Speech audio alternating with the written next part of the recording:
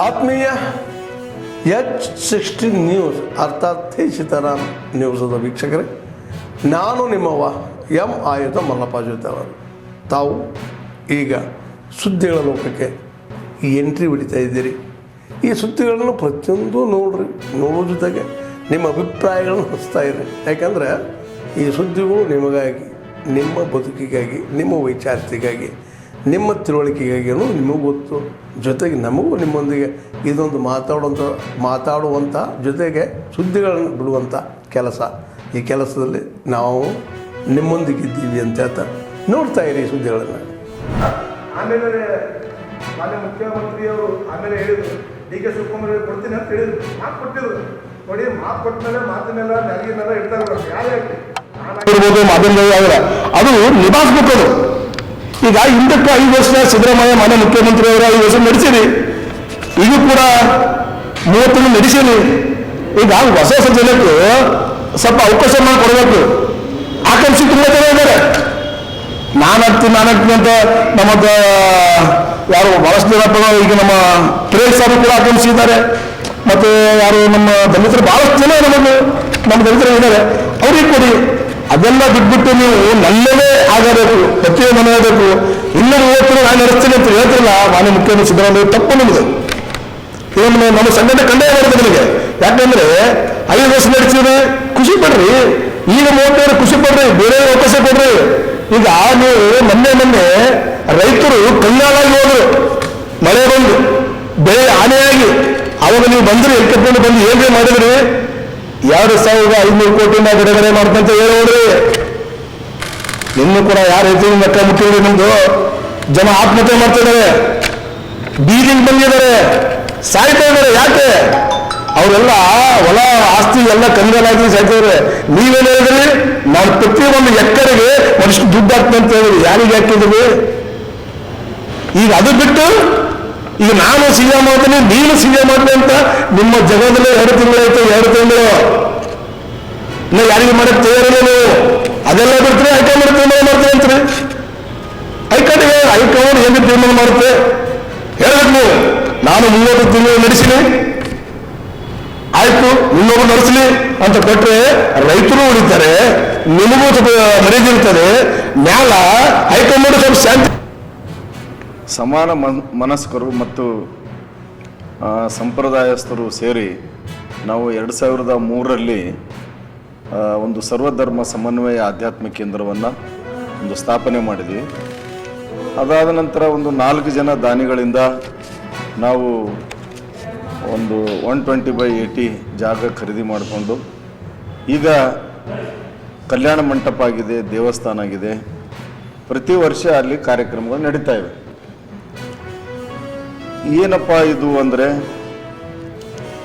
ಮುಖ್ಯವಾಗಿ ಬಿಜಾಪುರ ಜಿಲ್ಲೆ ಚಡಚಣ ತಾಲೂಕಿನ ಇಂಚಿಗೇರಿ ಮಠ ಏನಿದೆ, ಆ ಮಠ ಜಾತ್ಯತೀತ ಮಠ ಮತ್ತು ಅನೇಕ ಅಂತರ್ಜಾತಿ ವಿವಾಹಗಳನ್ನು ಮಾಡಿದಂಥ ಮಠ. ಮುಖ್ಯವಾಗಿ ಏನು ಗೋವಾ ವಿಮೋಚನೆ ಏನಿತ್ತು, ಆ ಗೋವಾ ವಿಮೋಚನೆ ನಮ್ಮ ಅಖಂಡ ಕರ್ನಾಟಕಕ್ಕಾಗಿ, ಕರ್ನಾಟಕದ ಏಕೀಕರಣಕ್ಕಾಗಿ ಹೋರಾಟ ಮಾಡಿದಂಥ ಒಂದು ಮಠ. ಅದು ಮಹಾದೇವಪ್ಪ ಅವರ ನೇತೃತ್ವದಲ್ಲಿ, ಅಂದರೆ ಮಾಧವಾನಂದ ಸ್ವಾಮಿಯವರ ನೇತೃತ್ವದಲ್ಲಿ ನಡೆದಂಥ ಒಂದು ಹೋರಾಟ.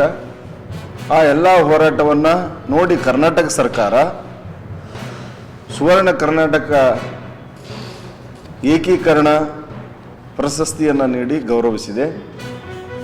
ಅಲ್ಲಿ ವೀರೇಂದ್ರ ಪಾಟೀಲ್, ಸಿದ್ದರಾಮಯ್ಯ, ಯಡಿಯೂರಪ್ಪ, ಅನೇಕ ಮುಖ್ಯಮಂತ್ರಿಗಳು ಅಲ್ಲಿ ಭೇಟಿ ಕೊಟ್ಟಿದ್ದಾರೆ ಮತ್ತು ಭಾಳ ಅದ್ಭುತವಾಗಿ ಹೆಮ್ಮರವಾಗಿ ಬೆಳೆದಿದೆ. ಅದರ ಒಂದು ಶಾಖೆಗಳು ಕರ್ನಾಟಕ, ಉತ್ತರ ಪ್ರದೇಶ,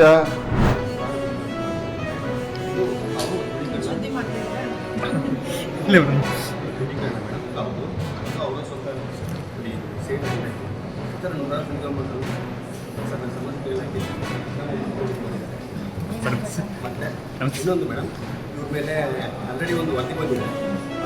ಏನಂದರೆ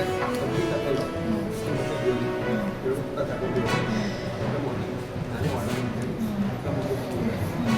ಮೇಲೆ ಕೂಡ ಪ್ರೂವ್ ಆಗಿದೆ. ಅದು ನಾನು DDOಗೆ ಕಳಿಸಿದ್ದೀವಿ.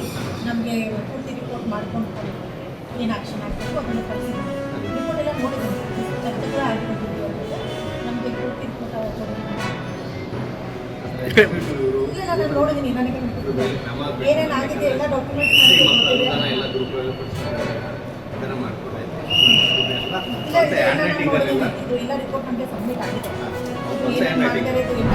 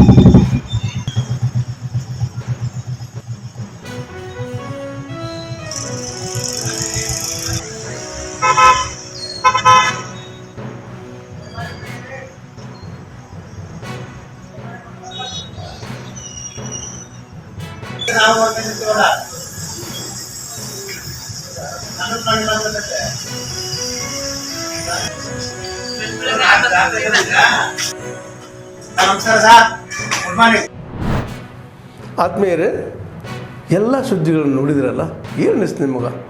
ಇದರಲ್ಲೇ ನಿಮ್ಗೆ ಲೈಕ್ ಆಗಿರ್ಬೋದು, ಡಿಸ್ಲೈಕು ಆಗಿರ್ಬೋದು, ಕಾಮೆಂಟ್ ಬೇಡಪ್ಪ ಅಂತೂ ಅನಿಸಿರ್ಬೋದು, ಕಾಮೆಂಟ್ ಮಾಡಬೇಕಪ್ಪ ಅನಿಸಿರ್ಬೋದು, ಶೇರ್ ಮಾಡಬಾರ್ದಪ್ಪ ಅನಿಸಿರ್ಬೋದು, ಅದು ಮಾಡಬೇಕು ಅನಿಸಿರ್ಬೋದು.